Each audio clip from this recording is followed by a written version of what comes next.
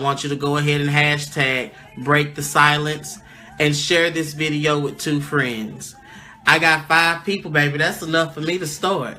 I'm just saying. And I want to welcome you all to episode 3 of Spilling the Tea. Excuse me. I keep looking at something inside of my mouth. I don't know what it is.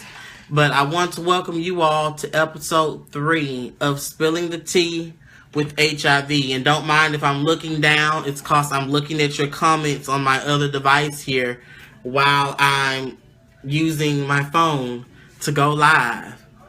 So I do thank you all. I do thank those who are in the room. And like I said, if you are in the room, hashtag break the silence. And thank you. Thank you for joining me this evening for episode 3 of Spilling the Tea about HIV. I am your host, Isaac D. Joseph, but you all are more than welcome to just call me Izzy. And I just want to say, today's topic, it's a little deep. It's a little deep. It's very personal. It's gritty. I see you, grin nada, green nada. Gotcha. But today's topic is it's deep. It's very personal. It's something that I wasn't going to share right off the bat, but last week something happened and I just had to say, you know what, enough is enough. And it's enough of me feeling the way that I feel and enough of me feeling the guilt that I feel behind something that wasn't my fault, something that probably could have been prevented, or it probably would have happened. I don't know. But what I am talking about is rape. Yes, that's what the topic of today is. The topic of today is rape and sexual assault. And I know the title of my segments is Spilling the Tea about HIV. And it still has a lot to do with rape and sexual assault, still has a lot to do with HIV. But this topic today, excuse me, I'm trying to open up something that I wrote. This topic today is a little bit more personal, and it goes a little bit more further for me than just HIV, because I am a victim of rape and I am male. I am male and I am a victim of rape and sexual assault. For many of you that have read my book, read my book, The Epidemic, Living with HIV in the 21st Century, available on Amazon. For those of you who have read my book, you kind of already know the story. For those of you who have been following me on Facebook for the last couple of years, for the last 2 years, you may know this story already as well. And excuse me if I get emotional, because it's something that I'm still struggling to deal with even 5 years later. But I guess the only way to get started is to dive right into it and to start from the very beginning. I'm sorry, guys. I literally just got home like about 15 minutes ago, and I ran in here trying to get this video started. Had technical difficulties. My devices wasn't acting right. But that's always the devil. The devil trying to stop me from telling somebody and to stop me from ministering to somebody and stop me from sharing my story. But guess what? The devil ain't gonna win. He ain't gonna never win here. He will never win here. So I am here to share with you all my story and my experience being male and being a victim of rape and sexual assault. This came about earlier this week. I was asked to write an article for a very highly esteemed LGBT magazine based in Canada. And I was asked to write this article about rape. That's right, baby. Not today, devil. I was asked to write this article in regards to my story and my experience as being a male and being a victim of rape. And I literally thought, if any of you read the note that I posted earlier today, there's a note that's titled, "I am male and I am a victim of rape." Go ahead and check that out and read that. It'll kind of tell you what I'm talking about today. I thought that when I was asked to write this article, I was so excited to get to voice my opinion on a topic that's not really talked about. People don't think that men can be victims of rape. Men are usually the perpetrators. We are never the victim. And when it's on the other hand, on the other foot, when the shoe is on the other foot, things work a little different and the process happens a little different. And I'm here today to break the silence on male rape victims, because it happens not just within the LGBT community, but it also happens in the heterosexual community and the cisgender, as we like to say, community. It happens. 3% of American men experience rape, and 1 out of 10 rape victims are actually men. And the reason those numbers are, and those numbers are probably incorrect. Those are numbers that I found in doing my research while I was typing the article that I did complete and submit. Those are numbers that I found, and they're probably wrong, because most men who experience rape, we don't report it. And we don't report it for various reasons. The main 2 reasons we don't report it is shame and guilt. A lot of the same reasons women who have been victims of rape may not report their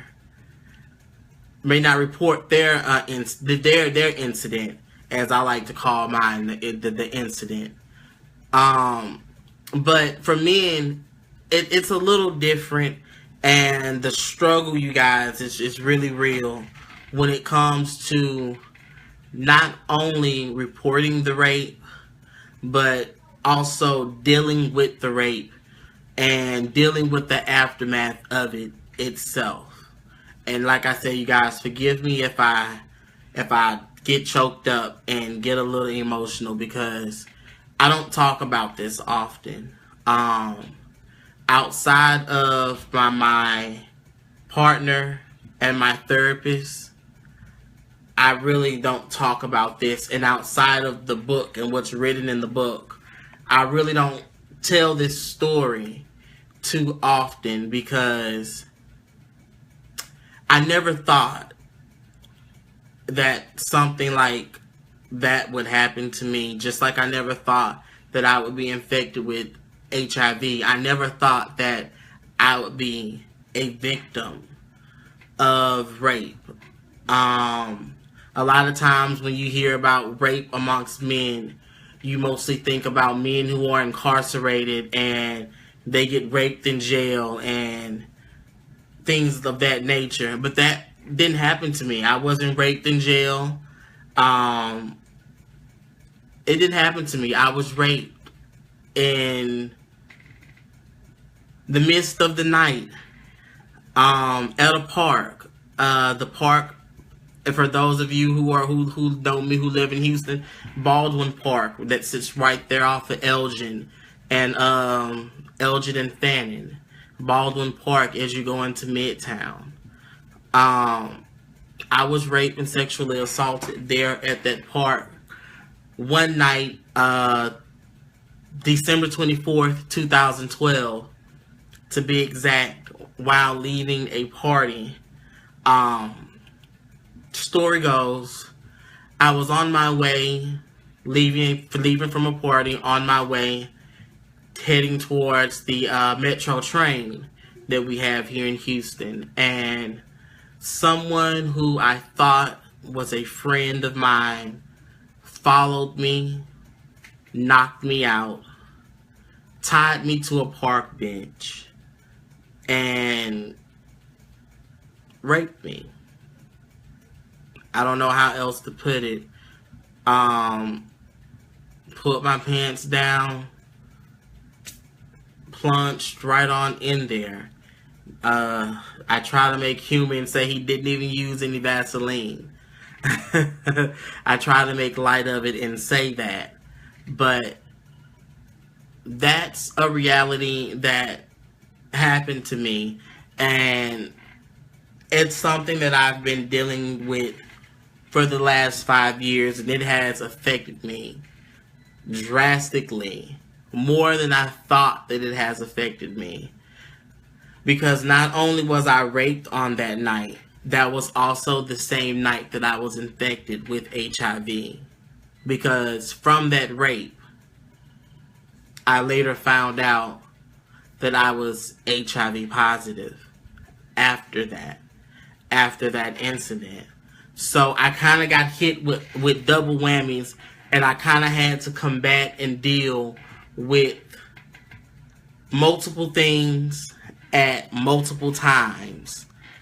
And it's been hard. It's been real hard to deal. And hey Lois, hey, what's going on?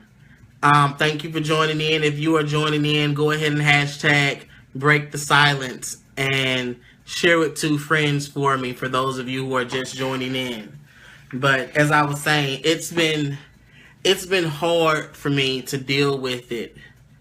And I thought that when I was asked to write this article that I was going to be able to type a couple of paragraphs real quick and just get it over and done with. But that wasn't the reality. The reality was I got stuck in front of my computer screen trying to figure out, what am I going to write and what are my experiences being a male victim of rape? Because men who are victims, we don't talk about it, we don't report it, we don't say anything about it. I've never talked to my mother about this. I've never talked to my father about this. I've never really talked to anyone in my family about this. Anyone that's in my family that's looking at this video right now, this is probably their first time hearing about this. And this is a reality that happened to me. And I thought I was pulling up what I typed because it was a lot easier for me to go off of a script than to just talk blatantly about this experience, because these were my thoughts exactly. And I guess I'll just start from the beginning, as I say. On December 24th, 2012, I was beaten and sexually assaulted by someone that I thought was a friend. He tied me to a park bench. He pulled down my pants. He knocked me out, tied me to a park bench, pulled down my pants, and sodomized me. And that has affected me ever since that day, ever since that night. I have not been the same.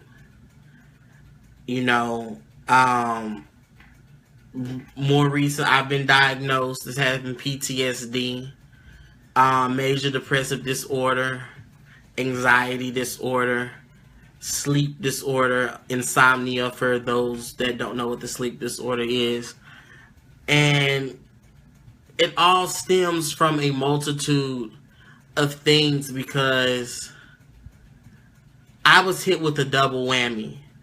Not only was I raped, I was also infected with HIV, all on the same night.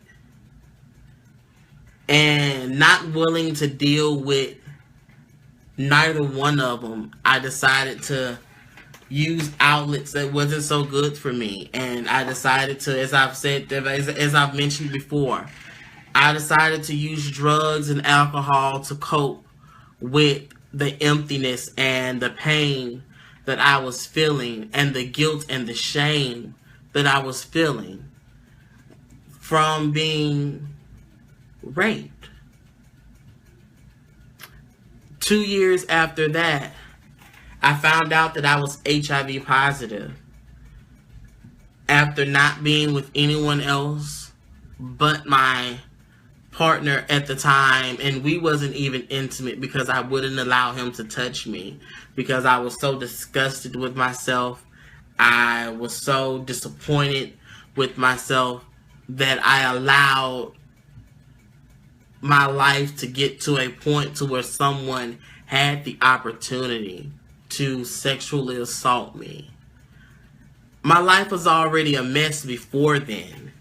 I was already dealing drugs, doing drugs, living the fast life, partying it up. And sometimes I blame myself for and I'm not going to say sometimes, I blame myself for the incident, although my therapist tells me all the time that I shouldn't blame myself for this incident, for this rape happening, because I wasn't, just because I was out doing what I was doing, just because I was out selling drugs, doing drugs, having fun, living the life, it did not give this young man, this grown man, the right to rape me. It did not give him the right to put his hands on me and tie me up and sodomize me. It did not give him the right to do that. But I blame myself so much because I feel like if I wasn't living the type of life that I used to live, if I wasn't living the type of life of an escort, of a prostitute, of a whore, and in the LGBT community, for my gay friends, you know what I'm talking about. You know what the get down is. You know how we go out there on them streets trying to turn tricks because we trying to get a bite to eat, or just because we want to. You know how some of the girls gotta live on the streets. You know, we know what the get down is. It's what happens. And if I wasn't trying to, if I wasn't living that life, and I didn't have to live that life, I chose to live that life. I chose to do those things that I did. And if I had not made those decisions, then maybe I would have not been raped. Then maybe I would have not been infected with HIV. But the reality of it is, I lived that life. I made those choices. And it it gave someone the opportunity to bring harm towards me. And boy, did they bring a harm. I didn't think that me being a victim would have had so much effect on my life. Because after that, everything spiraled out of control. I started to use more. I started to experiment more with different drugs. Cocaine, crack cocaine, pills, alcohol. I started to do it all. Anything just so I could feel numb and not think about the existence and not think about the reality of what had happened to me. And it got to a point to where I wasn't even trying to deal with the fact that I knew the guy who had raped me had HIV. And I knew during that time that I had contracted the virus. But I was so scared of the stigma that comes along with being HIV positive that I did not want to go get tested. I didn't want to deal with that, because if I dealt with that, that means I had to face the reality that I was raped. If I dealt with that, that meant that I would have had to deal with the reality that I was raped. I would have to tell my boyfriend that I was raped, and I was embarrassed. I'm a 5'11", 200 and something pound African American male, and here I am telling someone that I just got knocked out, tied up, and raped.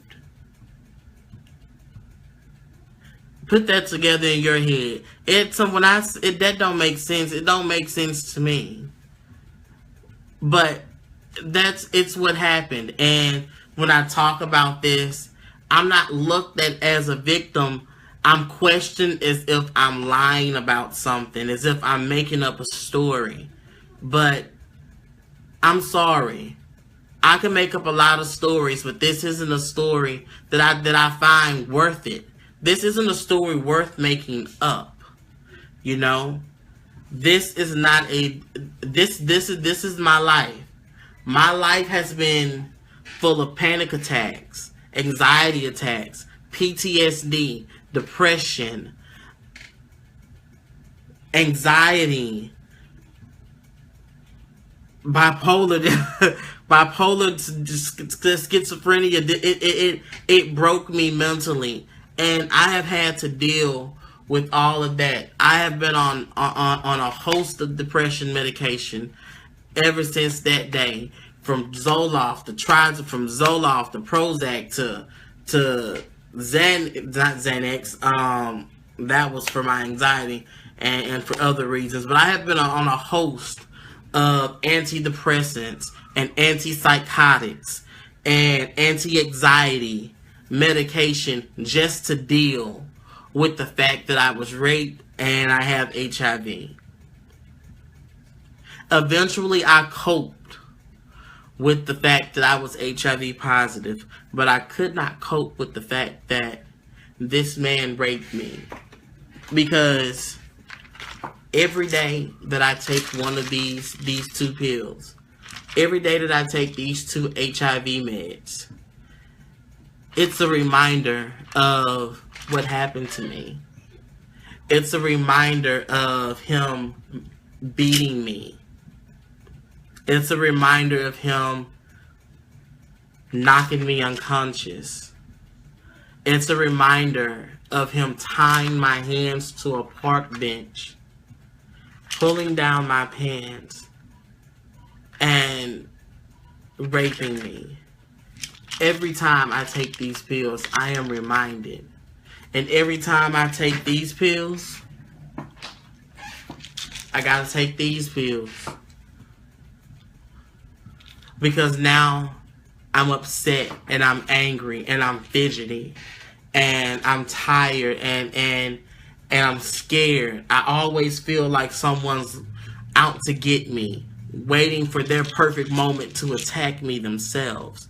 Every time I'm in a group of people, I'm looking over my shoulder and being like, I don't want no one to get too close to me. I don't want someone to touch me the wrong way, to grab me the wrong way. Intimacy, you can forget about intimacy. Me and my companion today, we have an intimacy problem because I'm scared for him to approach me in a way that's gonna bring back a flashback of that night. And you guys, you think these 4 bottles of pills I just showed you was it, baby? I got 1, 2, 3. I take about 6 medications. Just to deal, just to cope, just to make it through the day. You know, and I'm not going to say I take all of these, because I don't. Some of them I don't take. Some of them I have opted out to take because I don't like the way that they feel. Like the antidepressants, I don't like the way that they make me feel. They make me feel funny. They don't make me feel any better than what I already feel on a normal day-to-day basis. To be honest, I really only take 2, which is my Seroquel, which is my antipsychotic for my diagnosed bipolar disorder. I am bipolar schizophrenic, and that's been something I'm bipolar. I have my good days, I have my bad days. These pills keep that under control. It also helps me sleep. And then I also have my clonazepam, my Klonopin, that helps with my anxiety, that helps with my fear of being around people. You guys, it's crazy because before this rape, before this incident, people would have called me a happy-go-lucky person, a fun person. I used to love to go out. I used to love to hang out, go out to the clubs and party and hang with my friends and be out late. And half the time I'm scared to walk my dog at night now. I don't like people looking at me. I don't want people touching me. Hugging, as much of a hugger as I am, if I hug you, if I embrace you in my arms, it's because I trust you. It's because with you I feel safe. And it's because with you I know that you would not and you would never bring any harm to me. And it's sad to say, I don't have that trust with everyone. I don't have that trust with everyone. And being a victim of rape and being male, it's hard because people look at you crazy. You know, men can't get raped. That's what they tell you. Men are not victims of rape. Only women are victims of rape. You know, men get raped too. Men get raped by women every day. Men get sexually assaulted by women just as much as women get sexually assaulted by men, and vice versa. You know, in the heterosexual world, if a man comes and say, this woman just forced me to penetrate her, people gonna make fun of him and say, oh, you ain't nothing but a pussy. You ain't want to hit that. You ain't wear that out. No means no, period. Male or female, no means no. If I was a woman and I was telling this story, I would have 10,000 viewers right now. This story will be being shared left and right, left and right. But because I'm a man sharing this story, people are going to look at me with the side eye and they're going to question me. And they're going to be like, well, why didn't you fight back? Well, I couldn't fight back because I was knocked unconscious. You know? Well, why didn't you report it? Look at me. I'm a 5'11", 250-something pound African-American male. And to be honest, I tried to report the rape. I tried.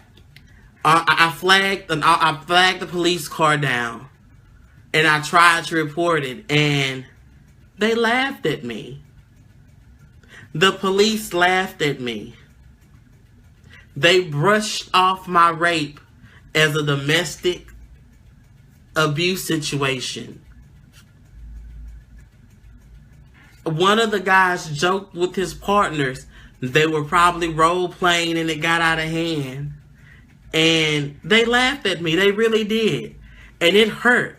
It really hurt when they laughed, when they didn't take me seriously. And they were like, well, we can take down a domestic abuse report. But I was like, but I didn't tell you that I was domestically abused. I'm telling you that I was raped. And they laughed. They made me feel so insecure about the situation that I just said, you know, fuck it. Excuse my French. But that's what I said. I said, F it, forget it. I'm not even going to report it, because if I don't want to be ridiculed. I don't want to be looked at like I'm some type of fool making up a story. On top of being raped, I'm infected with HIV as well.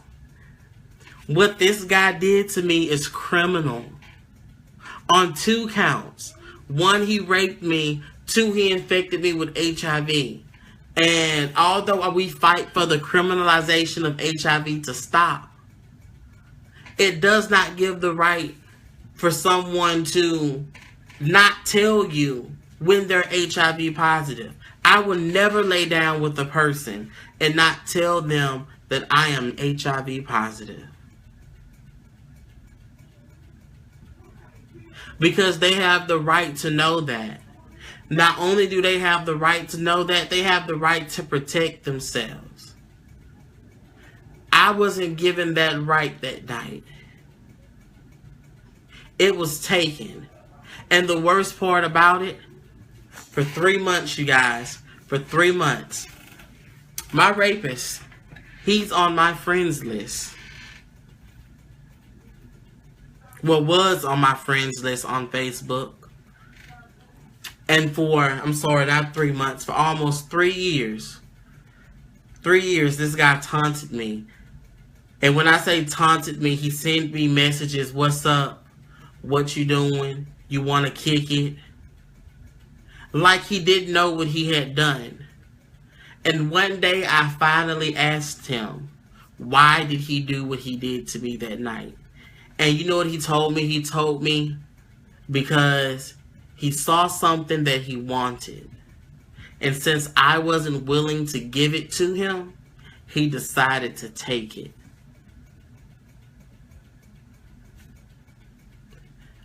True story.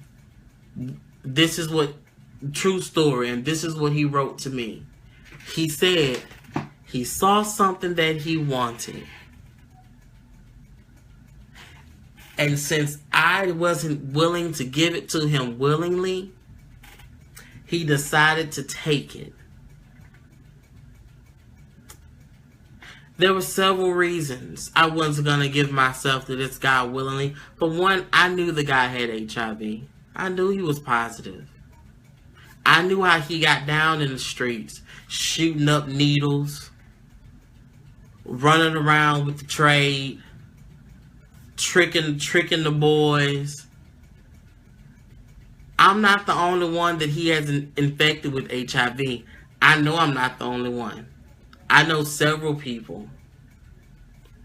You know, they probably had sex with him willingly, but I wasn't trying to risk that. I wasn't trying to bring that into my life, but it was brought into my life. This guy took it upon.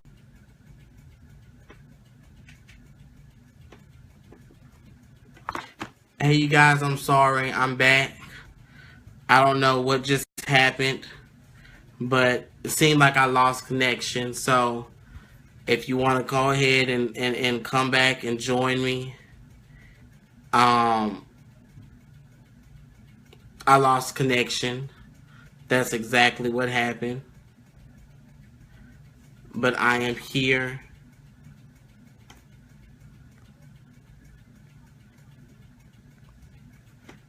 I am back. And like I said, if you guys can... Oh,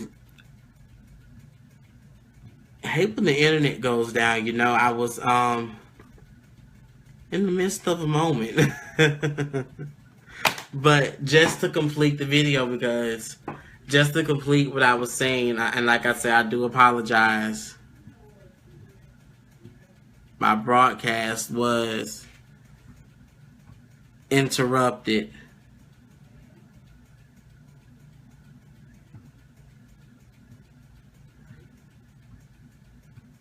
It was interrupted, but I am here. I guess let me invite you guys back to the...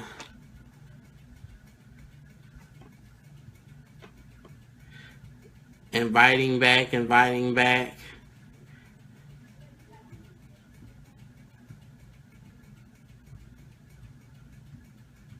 For those of you that were in the room, I do apologize.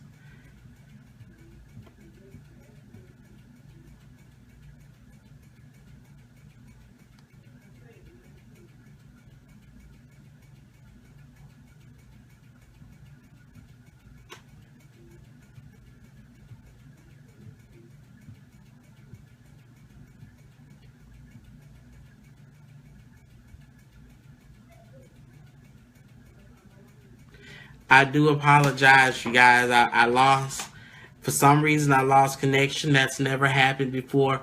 But they are working on my the AT&T network. AT&T is finally switching to fiber optics, y'all. Whoop whoop. All right, go ahead for AT&T snaps for AT&T. They are finally switching to fiber optics. Hey, Akeisha. Akeisha, if you could go ahead and invite Michelle and Lois back into the room. Tell them I'm sorry. I lost connection. It's been doing that periodically. I wasn't, and that's why I was having technical difficulties earlier.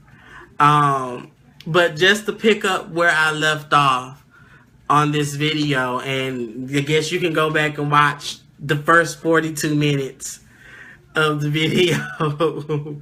Oh, I hate this. I'm gonna have to patch them together, then upload it.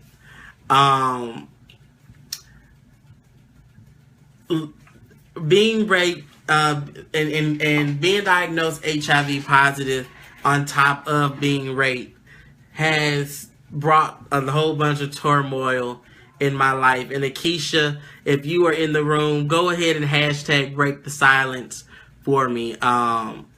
The topic of today was being a victim of rape and being male. I'm sorry, you guys. I gotta keep it real, y'all. I'm fat, and like I say, I had just got home, and this belt is killing me. Y'all, this belt is killing me. Woo, Jesus. Woo. Woo. That felt so much better. But as I was saying, being a victim of rape and being male, it has opened my eyes to the way the world view male and female roles. And men can be victims as well as women. Men are raped just as often as women. Men just don't report the rape. Men don't report the rape. Men don't excuse me. Men don't report the rape. Men leave all of it unknown. And guys, for those guys out there that are looking at this video, that are watching, if you have been a victim of rape, speak up, say something. Because like I said earlier, no means no.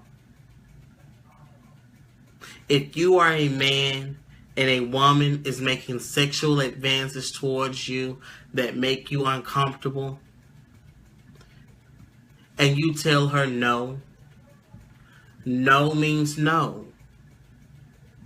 If you are a woman and a man is making sexual advances towards you that makes you uncomfortable, and you are pushing him away, no still means no.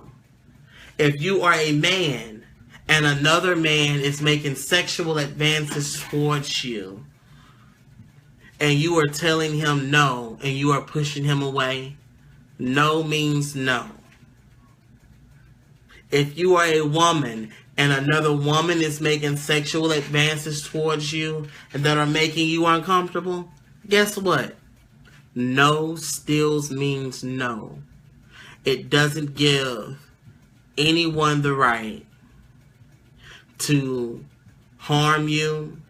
It doesn't get, guess right, Akeisha. Hashtag no means no. That's what we hashtag. And the hashtag no means no. Because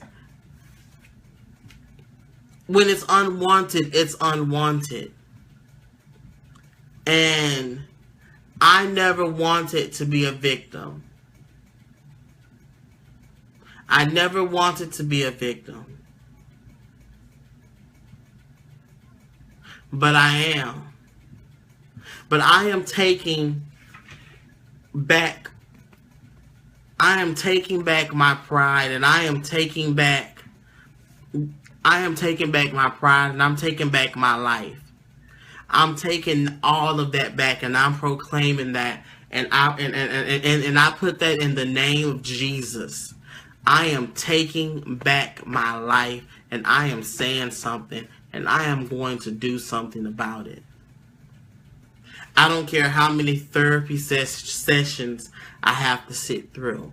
I don't care how many times, how many nights I break down crying or wake up having panic attacks.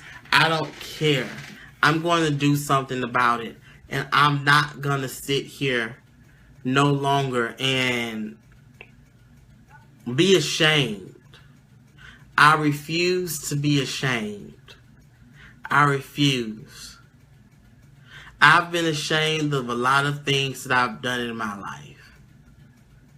And I refuse to be ashamed of something that I had no control over. I'm not ashamed to be HIV positive anymore.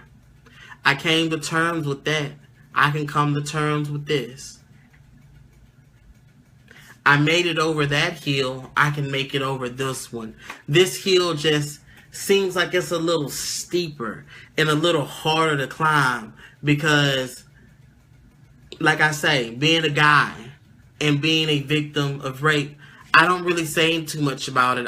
We don't say too much about it. We don't talk about it. Like I said earlier in the first video, outside of my therapist and my partner, they are the only two people that I talk about this with. But here I am sharing it with you, sharing it with everyone. It's not okay. It's not okay under no circumstance for a man to be raped by another man or by another woman. It is not okay under any circumstance for a woman to be raped by a man or another woman. It's not okay. I wish there was more that I can say. I normally try to keep these videos in an hour, and my last video was about 42 minutes long, and then the connection got cut off. But it's so much I can say. You know, I guess I want to hear from you guys. I guess I'll sit here and I want to hear from you guys. I want to hear your thoughts and opinions.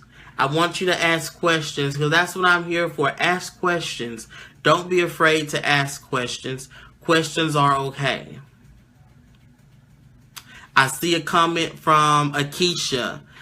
Even if it's your boyfriend or your girlfriend, wife, or stranger, no means no. And that's correct.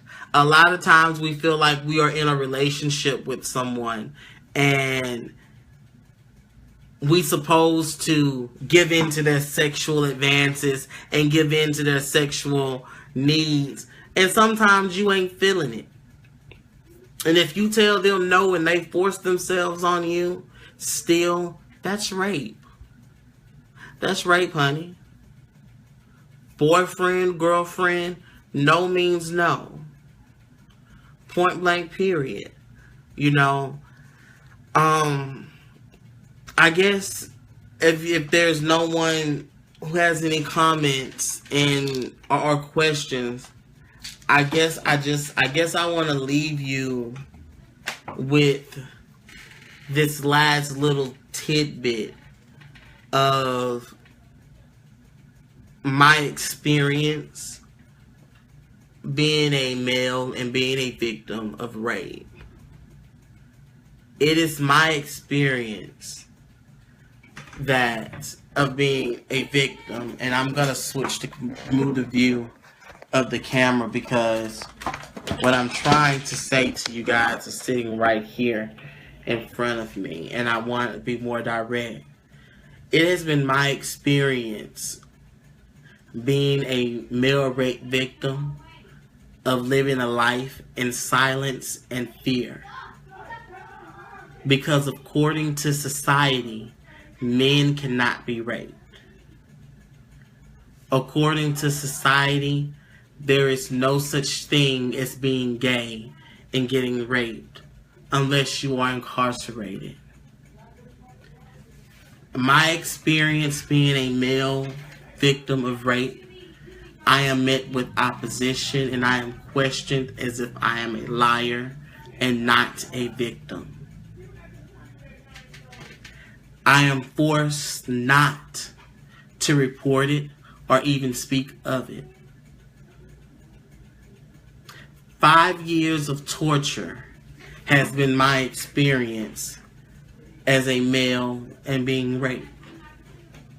5 years of disorder, bipolar disorder, major depressive disorder, anxiety disorder, sleep disorder, post-traumatic stress disorder.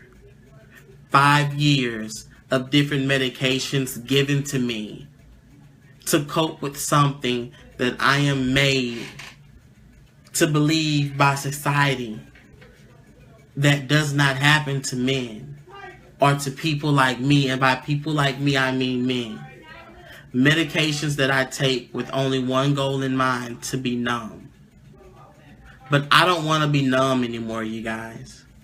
I don't want to be numb anymore. I want to live. I want to smile again. I want to know what it feels like to be happy.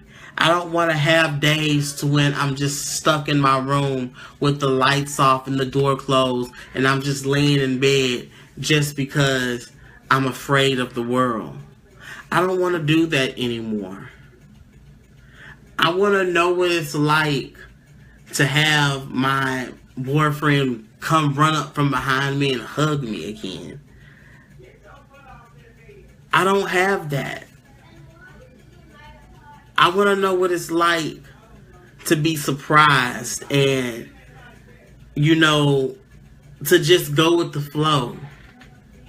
I want to know what it's like to feel good about myself again. I hate looking at myself sometimes because I don't recognize the person that I see. And I know y'all see me here and I'm all smiles and laughs and I'm giggling and I'm bubbling and I'm here, eyebrows snatched for the gods, skin looking all good and glistening. I look so chocolatey and stuff.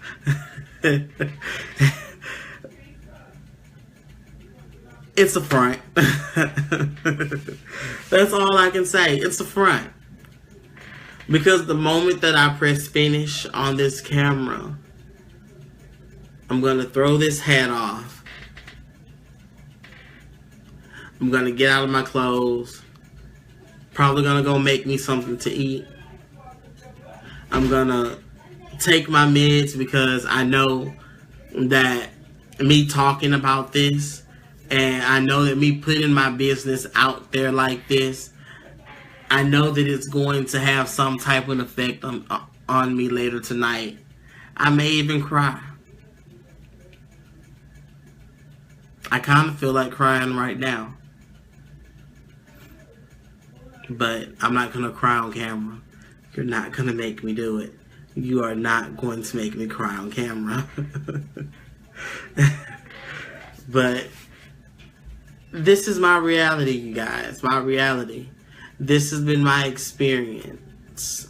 I may never get over the trauma that I have endured, but I have grown to accept it.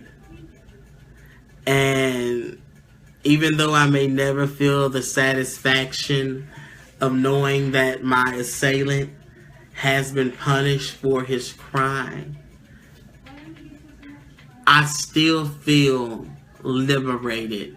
I still feel great because I am able to get this off of my chest and I am able to share my story.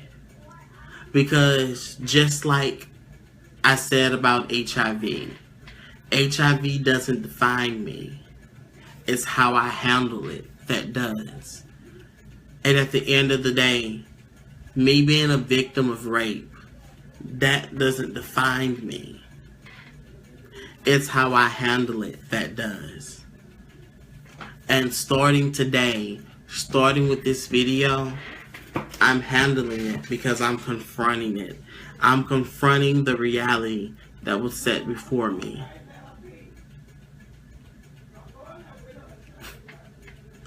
I'm sorry. I'm holding back. I'm holding them back. I am fighting the reality. I am facing the reality that's before me. That was laid before me. When you look at my backdrop, everything you see around me talks about faith and favor.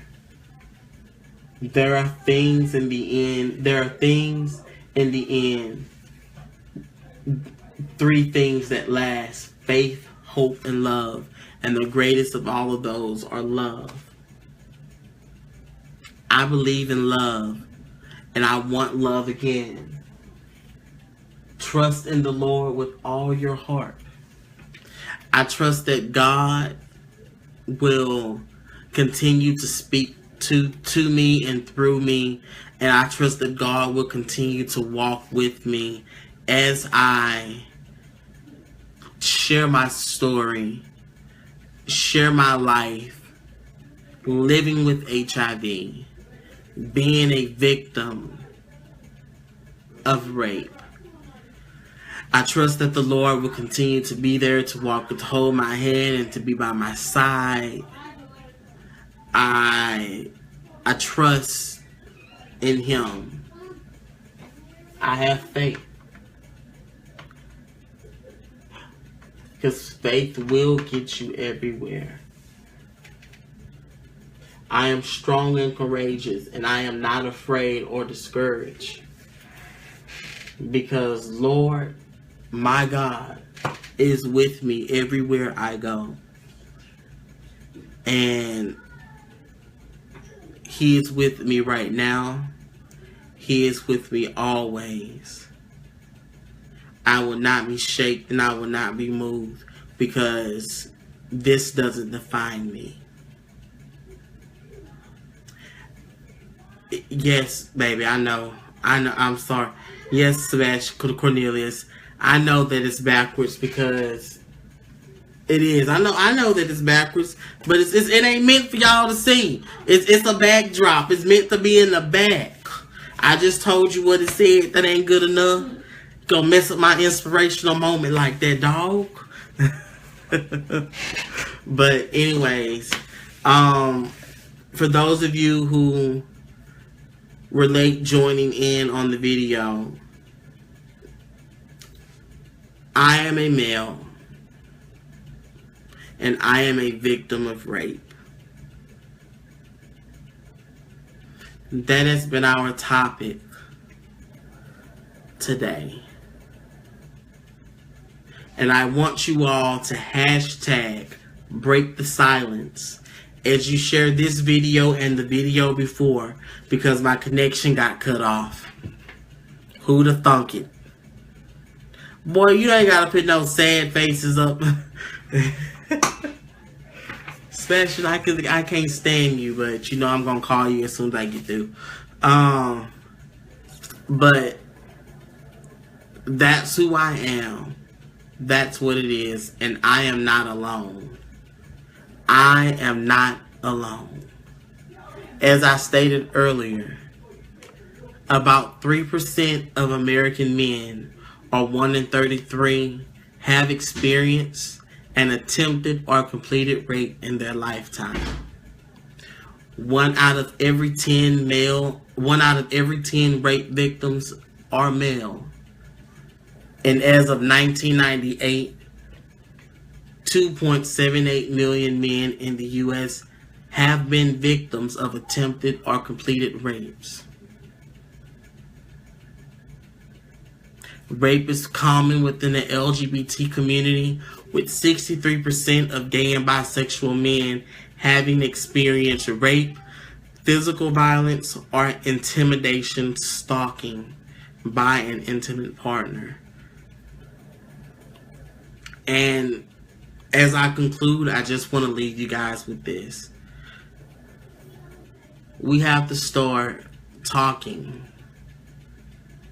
about these things more. We have to be more open, and we can't judge people on their appearance and on who they are, on their sex, because rape can happen to anyone, just like HIV can happen to anyone. Rape doesn't discriminate, just like HIV doesn't discriminate. And that's it. I would like to thank all of you who tuned in on the previous broadcast and on the broadcast as we tried to get reloaded. I'm going to try to mash the videos together so I can have one composite of the video and sort of go through. But I do thank you all for joining me. And I do wish that you all have a wonderful and pleasant and gracious night. And as I always say, love, peace, and chicken grease. Good night. I love you all, and I'm out. Bye.